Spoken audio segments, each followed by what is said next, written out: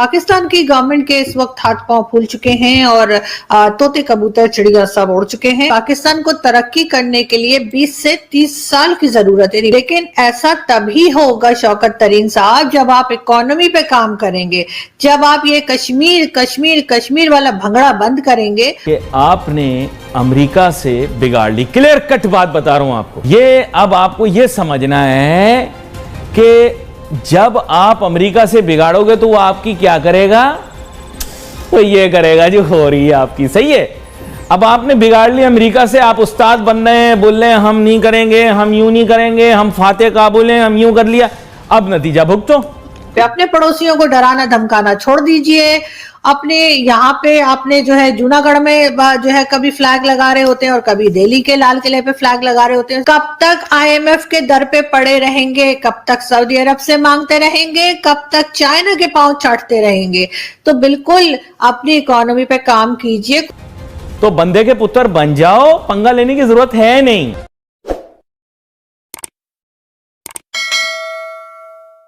पाकिस्तान की गवर्नमेंट के इस वक्त हाथ पांव फूल चुके हैं और तोते कबूतर चिड़िया सब उड़ चुके हैं।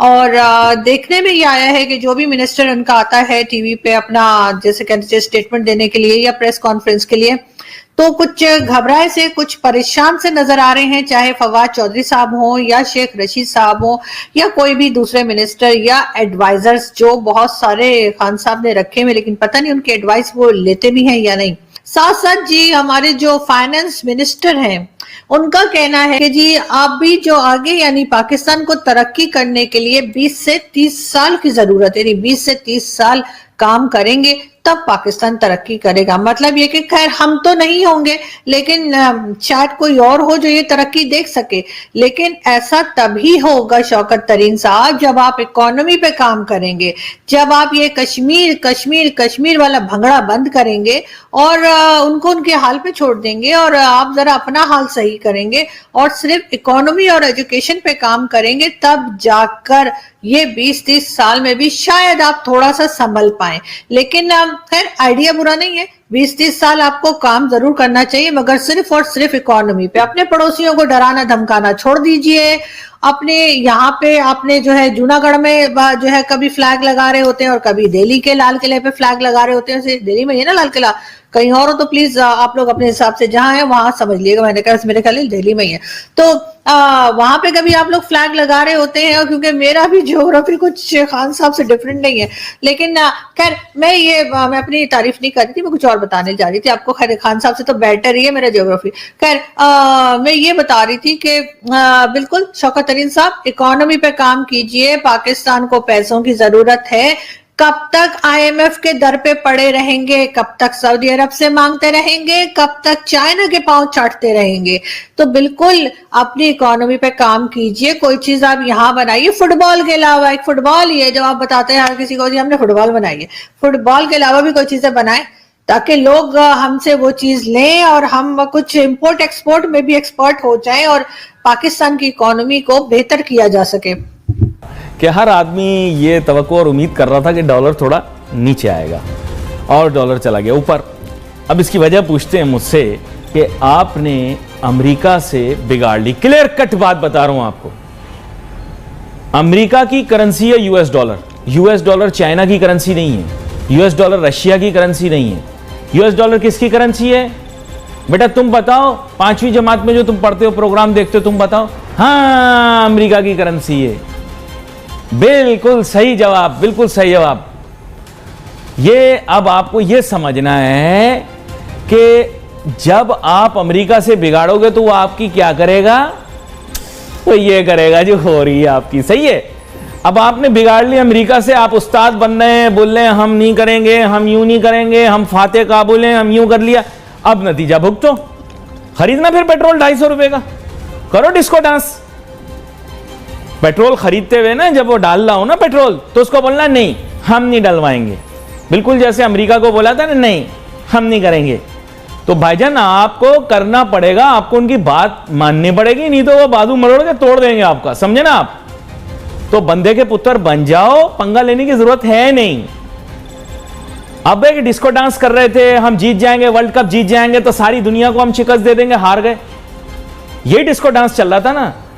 एक प्रोग्राम शुरू किया है इमरान खान साहब ने एहसास प्रोग्राम के नाम से, और उसमें जो है वो कहा यह जाता है कि जी जो लोग जरूरतमंद है उनकी मदद की जाएगी। लेकिन खैर एहसास प्रोग्राम का हम जैसे आपको बता रहे तो एहसास प्रोग्राम में जो है वो ये चूल्हा आप देख रहे हैं पीछे, इस तरह के चूल्हे भी शायद लोगों को दिए जाएंगे जिसमें लकड़ियां जलेंगी, क्योंकि गैस देने का प्रोग्राम तो खान साहब का कोई है नहीं। और उनके जो मिनिस्टर हैं उन्होंने भी कह दिया है कि जी 3 टाइम ही गैस आएगी। लेकिन साथ साथ इसी तरह से एक बाइसाइकिल प्रोग्राम भी बताया जा रहा है कि जी एहसास साइकिल के नाम से ये भी शुरू किया है कि ताकि लोगों की सेहत अच्छी रहे।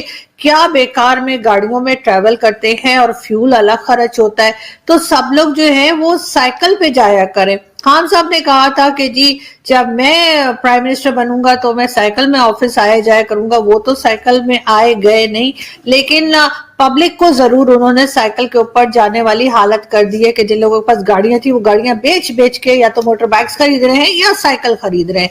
क्या है कि जी टाइगर फोर्स के जरा चेक तो करो कि हम तो किसी को गैस नहीं दे रहे, लेकिन अगर चूल्हे में किसी के गैस फिर भी आ रही है और वो सर्दियों में नहा रहा है और बालकनी में टॉवल सूख रहा है तो पता करो उसने ली कहां से है ये सुई गैस। तो बिल्कुल देखते हैं कि क्या होता है। लेकिन फिलहाल लोग जो है वो सर्दी से थर थर कांपने की बिल्कुल तैयारी में है, क्योंकि जाहिर है इलेक्ट्रिक हीटर हर कोई अफोर्ड नहीं कर सकता और जिस तरह से बिजली के बिल आते हैं वो आप सब लोग जानते ही हैं। लेकिन क्या किया जाए, खान साहब का यही प्लान है और खान साहब इसी तरह से पब्लिक को डरा धमका कर रखने की ही शायद कोशिश में है। लेकिन खान साहब अगली बार वोट नहीं मिलेगा इस तरह अगर आप करेंगे। और लोगों को ना गर्मियों में, यानी कहा यह जा रहा है कि जी गैस की सप्लाई चूल्हों में आ जाएगी जैसे ही सर्दियां खत्म होगी। मतलब ये कि अगर आपका गला खराब है, आपको टेम्परेचर है या आपको सर्दी लग रही है, अगर आप चाय पीना चाह रहे हैं, कॉफी पीना चाह रहे हैं, सूप बनाना चाह रहे हैं, तो ऐसा कोई भी जो है वो अय्याशी जिसे कहते हैं आप नहीं कर पाएंगे। आप सिर्फ सीधे सीधे आपको 3 टाइम की गैस मिलेगी चूल्हे में और खाना खाइए, नाश्ता कीजिए और उसके बाद मौज बनाइए। तो यही हमारी गवर्नमेंट का आजकल का तरीका है। टोटल 2 मैच जीते आपने। मैं हमेशा दुनिया में बताता हूं ये 4 कौमें कभी तरक्की नहीं करेंगी। कौन सी? इंडिया, पाकिस्तान, बांग्लादेश, श्रीलंका। मैं साइन करके देता हूं ये चारों कौमें कभी तरक्की नहीं करेंगी। और 2 कौमें और बता देता हूं, एक इजराइल और एक फिलिस्तीन। ये कभी चैन से नहीं बैठेंगे, हमेशा दुनिया में फेंटी खाएंगे। ये मैंने आपको बता दिया पेश गोई। अब ये 4 कौमें क्यों तरक्की नहीं करेंगी ये आपके सामने। पहला इनका प्रॉब्लम है गरूर तकब्बुर। इंडिया, पाकिस्तान, बांग्लादेश, श्रीलंका। जेब में सिक्का आया नहीं, अजय देवगन की तरह गर्दन टेढ़ी। बंदे के पुत्र नहीं बनते। उस्ताद फाते काबुल तुम नहीं बने हो। उन्होंने पीछे फोटो किसने लगाई हुई है?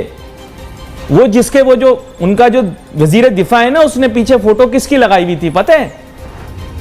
उसने फोटो किसकी लगाई हुई थी पता है कुछ? उसने फोटो उसकी लगाई हुई थी जिसने काबुल फतह करने के बाद दिल्ली फतह किया, लाहौर फतह किया और खूब फेंटी लगाई और पूरे मौजूदा पाकिस्तान पर कब्जा कर लिया। हम मुगलों के अंडर में नहीं थे भाईजान, हमें हमारे ऊपर हुक्मरानी अफगान था जिसका नाम था अहमद शाह दुरानी, जिसकी फोटो पीछे लगी हुई थी इनके वजीर दिफा की। ये तो बोलते हैं हम फोटो नहीं लगाते, किसी चीज का अक्स नहीं लगाते, किसी बंदे की फोटो नहीं लगाते, ना फोटो देखते हैं। तो इन्होंने फोटो क्यों लगाई थी अभी इंटरव्यू के दौरान? उसमें लगाया था, इन्होंने पीछे लिखा हुआ था अहमद शाह बाबा। और अहमद शाह बाबा ने क्या किया था? फुल फेंटी लगाई थी।